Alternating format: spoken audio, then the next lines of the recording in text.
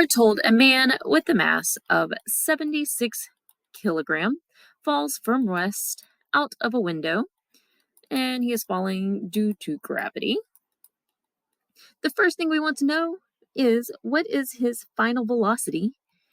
when he falls a distance, or let's make that a y because it's changing y, a distance of 1.4 meters, and this is in the negative direction because he's falling down. And so the equation you should use for this is final velocity squared is equal to initial velocity squared plus 2 times acceleration times your change in y, and take the square root of both sides after that. And so we have final velocity is equal to the square root of 0 plus 2 times negative 9.8 times negative